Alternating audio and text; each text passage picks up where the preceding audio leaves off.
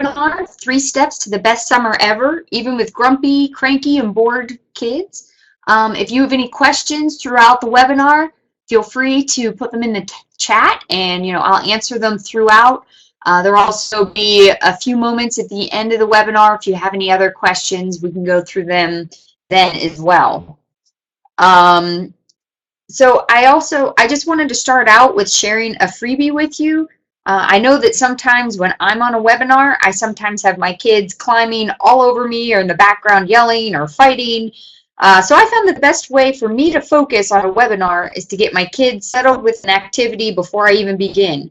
So I went ahead and I shared on the left-hand side of the screen a Zoo popsicle stick puppet freebie. So you can print it off right now and give it to your kids to start cutting out the parts. If you don't have any popsicle sticks on hand, that's perfectly fine. Just download it, give them some scissors to cut out pictures, and some pencils to use instead of popsicle sticks. Okay, so go ahead and download that, and we're going to get started. So today we're going to talk about, really how everyone always starts the summer so excited that school's over and there's freedom and relaxation that they're looking forward to. But unfortunately, after that initial excitement, a lot of kids don't know what to do with their free time. And moms, they can't wait for school to start over again. I mean, there's even been some pretty cute commercials that really drive that home. So I kind of picture the 7 dwarves when talking about this. So we have grumpy, sleepy, happy, etc. Your kids may exhibit some of these characteristics or different ones, but the point is that we want you to have a great summer with your family. Not one where the kids are watching TV and playing video games the whole time. Not a summer where you're constantly trying to entertain bored kids, and not one where everyone dreads and can't wait until school starts again.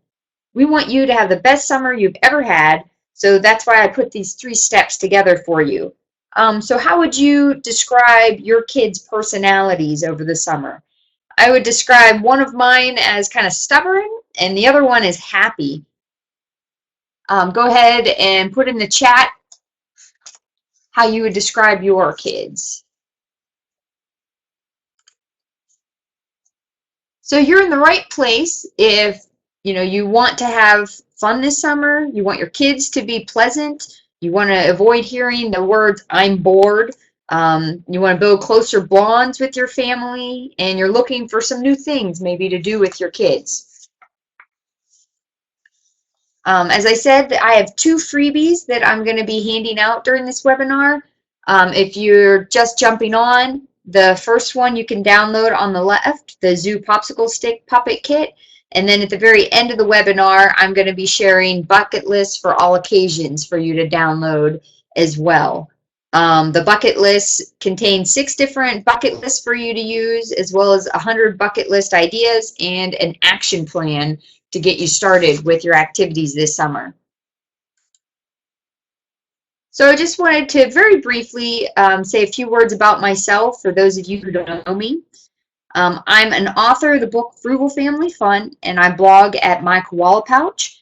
My next book that's currently with my editor is called Nurturing Mom to a Supercharged Life, so very excited about sharing that with everyone shortly.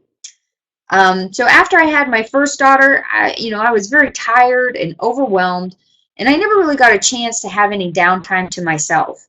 And while I enjoyed doing a lot of things with her, we would oscillate between doing too many things and her being really grumpy to us not doing very much at all, just staying home, and her being bored and antsy. We would have spurts of good times, but most days it's pretty much started and ended in tears, and sometimes those tears were both mine and hers. When I had my second daughter, the problem just got worse until we finally found a balance between our activities and our downtime. While we still have many bad days and tears, I feel that I finally figured out how to enjoy our time together and make good memories together.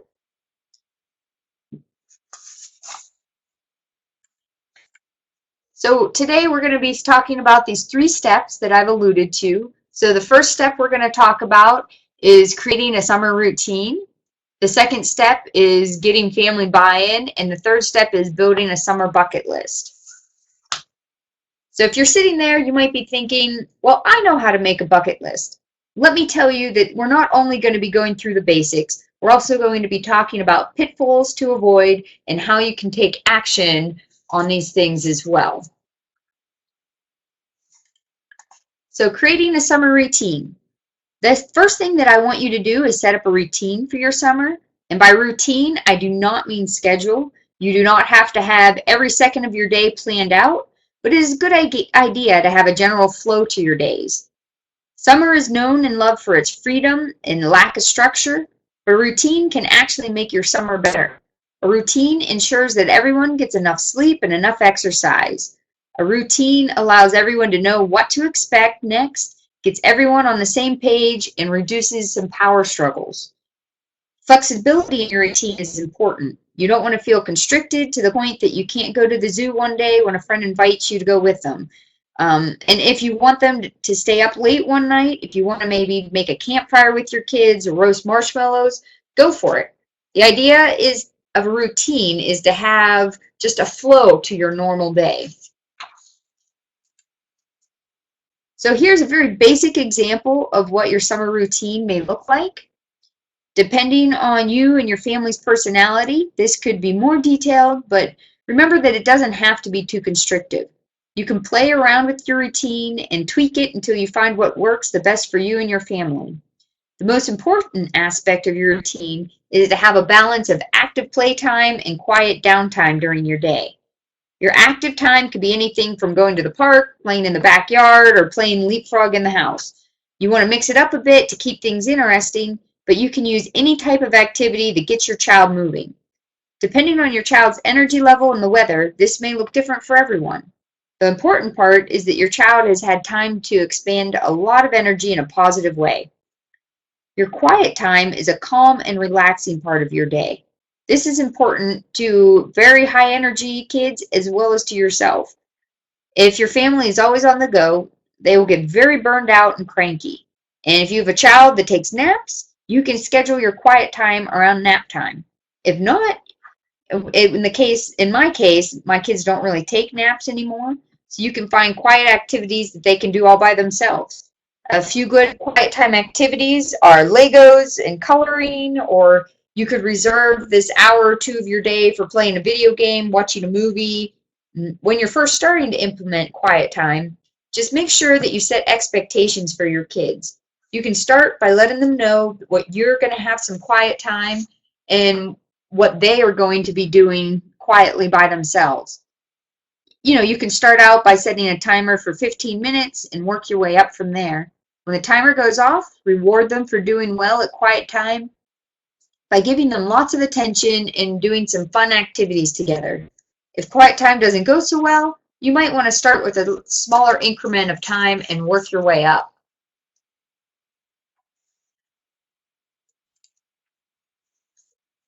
So once you decide what you want your basic day at home to look like, you can start thinking about your whole week.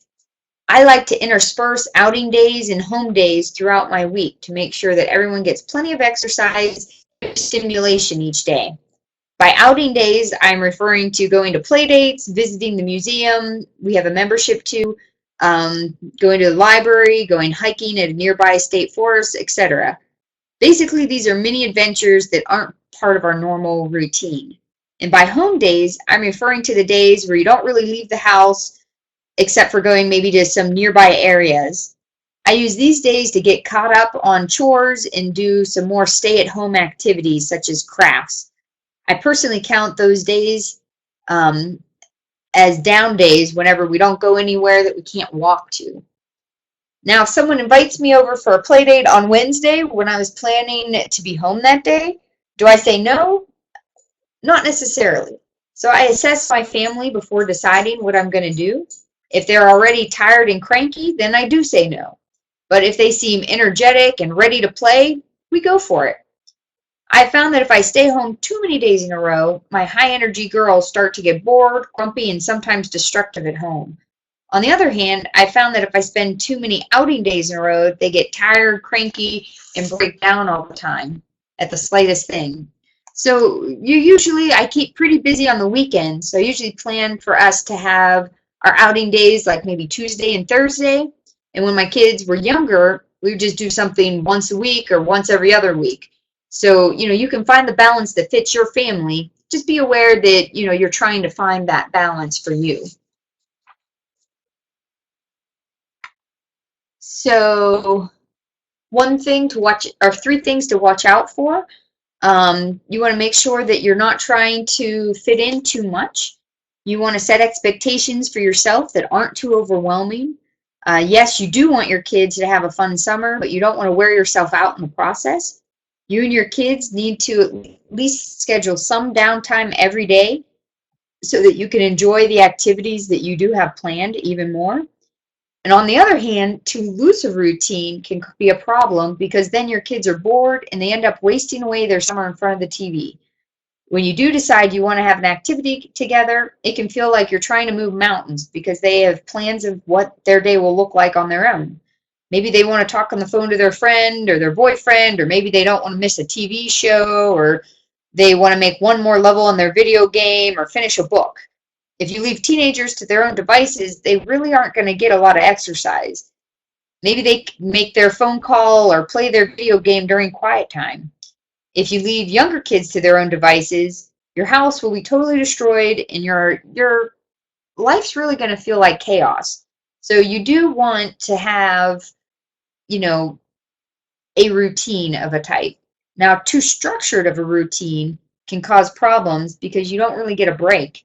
If you try to keep too tight of a schedule and you plan to eat like every 30 minutes, or you plan a different activity every hour, I guarantee that you'll get burned out and your family will start to rebel.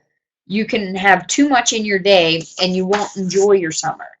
So be flexible, and if an opportunity arises with friends, take advantage of it. If your kids are happy and enjoying playing outside in their treehouse, don't force them to come inside and have quiet time. Just send them up lunch in a bucket on a rope instead, and just kind of go with the flow a little bit. Just try to keep that general flow to your day. So the second step we're going to talk about today is getting family buy-in. So in order to get buy-in from your family, you need to choose an activity that is relevant to them. Think about what you know about them. What are their hobbies, interests, dreams, and future aspirations? Think about what they like to do in their spare time. What would both kids and adults like to try out or accomplish someday? Tell everyone specifically what's in it for them. This helps to start building excitement and anticipation, and make sure that they know specifically what they're going to do that they will enjoy. A spouse may care about building bonds with their children. An older child might just be interested in the fact that they're going to their favorite pizza place after the main activity. A younger child might be excited because they will see ducks. So tell each family member how the activity is relevant to them, and their enthusiasm will grow on its own.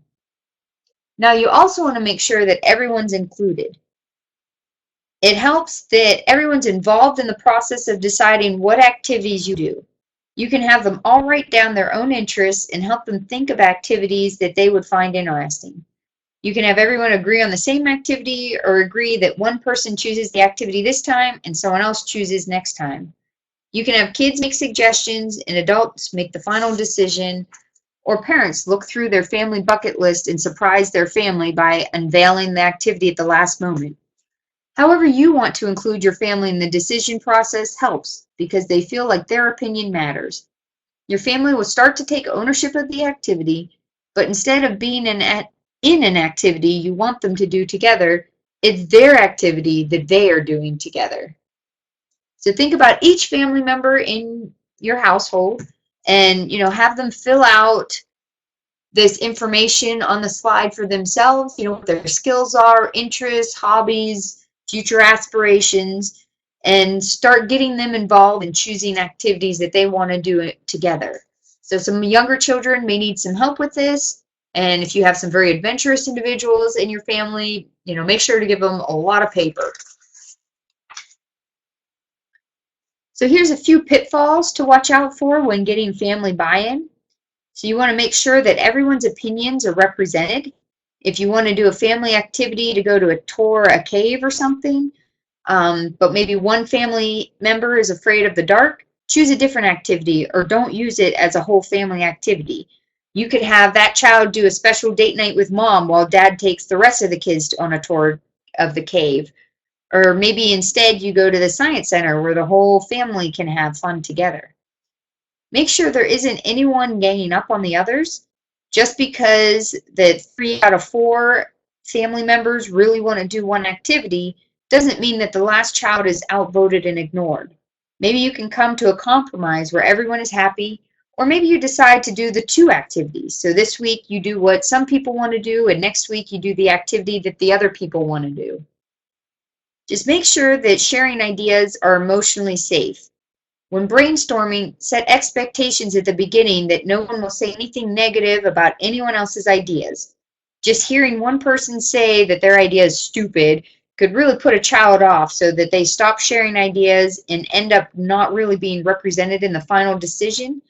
In fact, their feelings might be hurt to the point that they don't really want to participate in anyone else's ideas either, or they push back on doing anything with the family.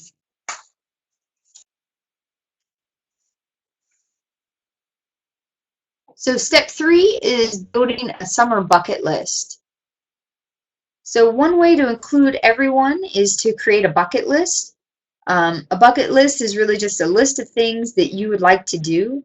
Your bucket list could be a general list of things you want to do someday, or it can have qualifications as well.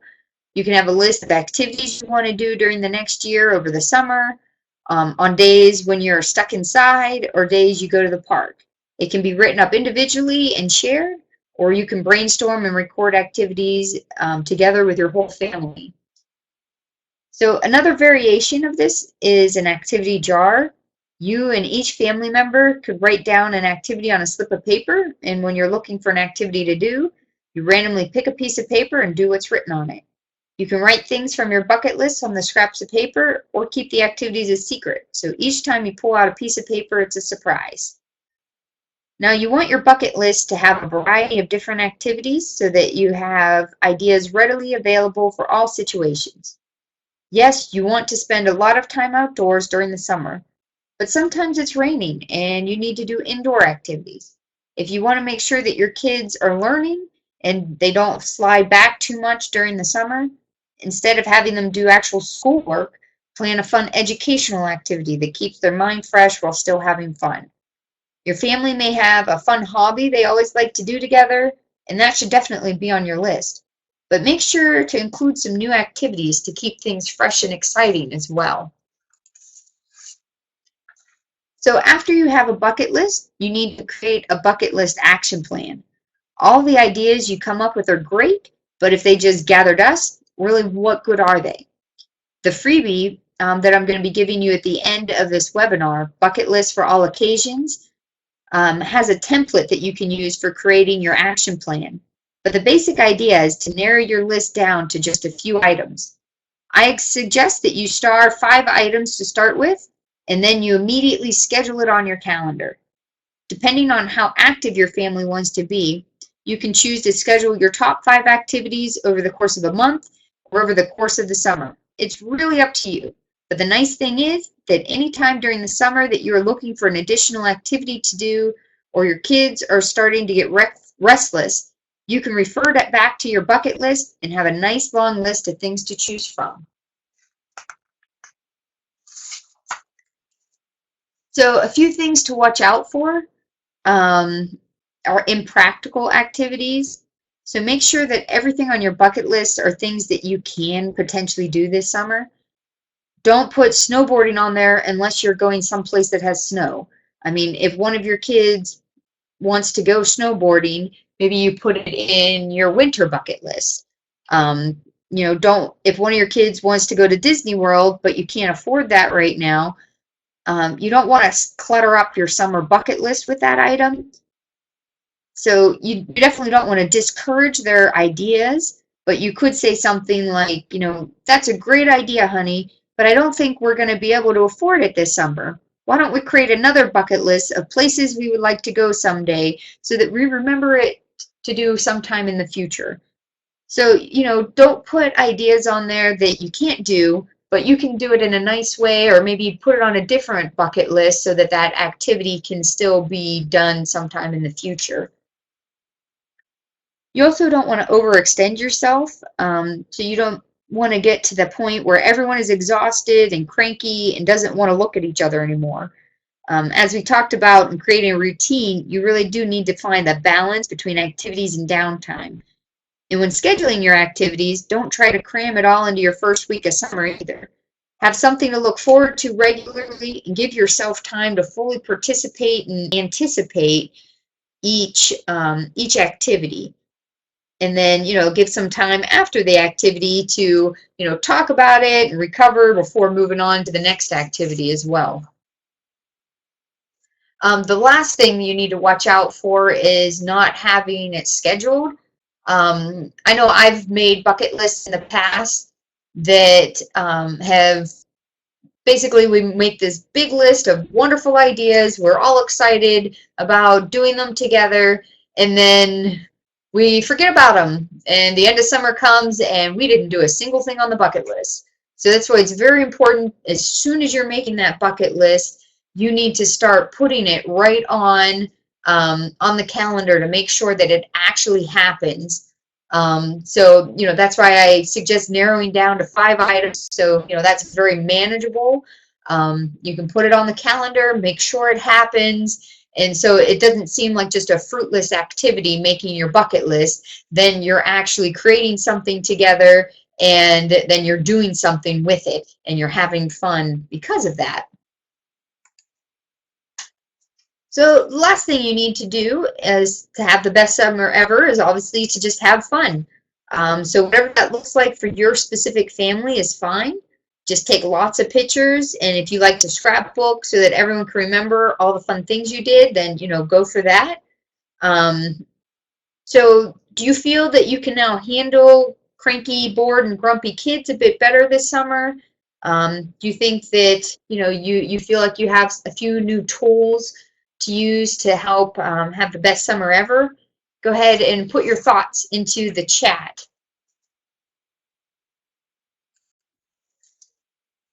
Now, I'm not sure why you showed up today. Maybe, you want to have fun this summer. You want your kids to be pleasant this summer. You want to avoid hearing, I'm bored. You want to build closer bonds this summer. Or maybe you're just looking for a few new things to do with your kids. Whatever that reason is, I briefly wanted to share with you an offer that I thought would be very helpful for you. Just going to take a few minutes on this, and then we're going to be sharing the freebie next. So if you buy the ebook version of my book, Frugal Family Fun, by midnight tonight, you will also receive the Summer of Fun printable activity combo pack for free. The links to this freebie will be found in the last page of the ebook, and you'll be able to instantly download and print them. They're full of easy ideas that your kids can do themselves, as well as themed songs, crafts, and snack ideas. They're some of my best sellers from my Etsy site, and you can receive them all for free.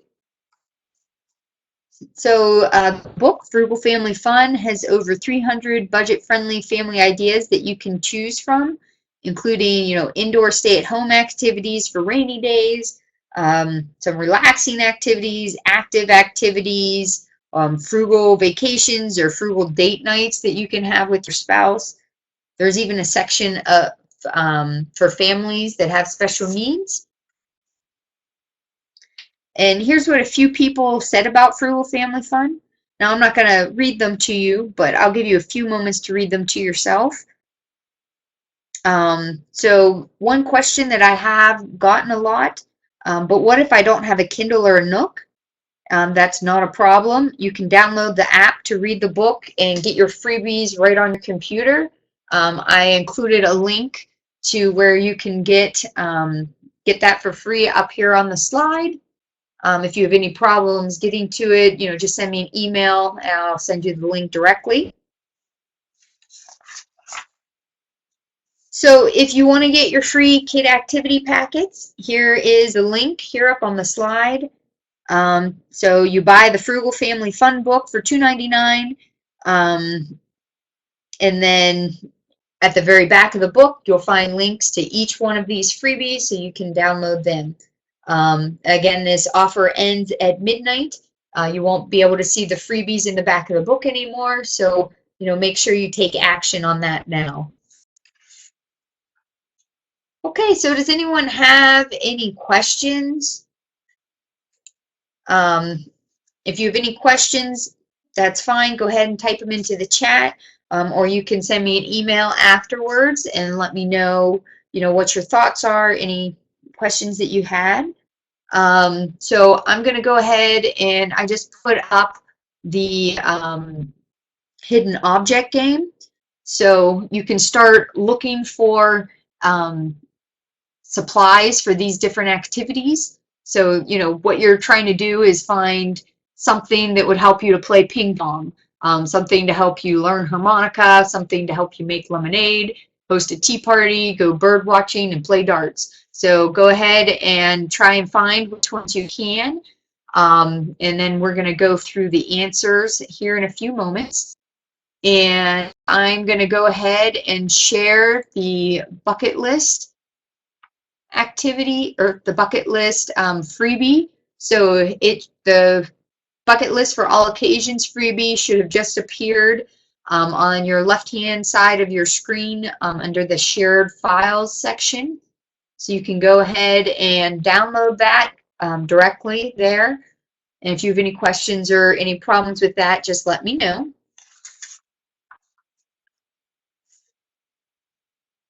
Okay, and so we'll go ahead and put up the answers. So you have a harmonica, a ping pong paddle, a teacup, a lemonade, like a juicer, a dart, and for bird watching, there's some binoculars. So I know there's a few other things that you could have found that would have also been applicable to those activities, but those are the ones that I particularly was thinking of. So make sure that you download both of your freebies on the left-hand side of this webinar. You can see the shared files.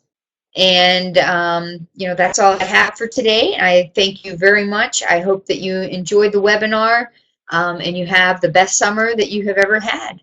Thank you so much for joining me today, and I hope you have a great rest of your day.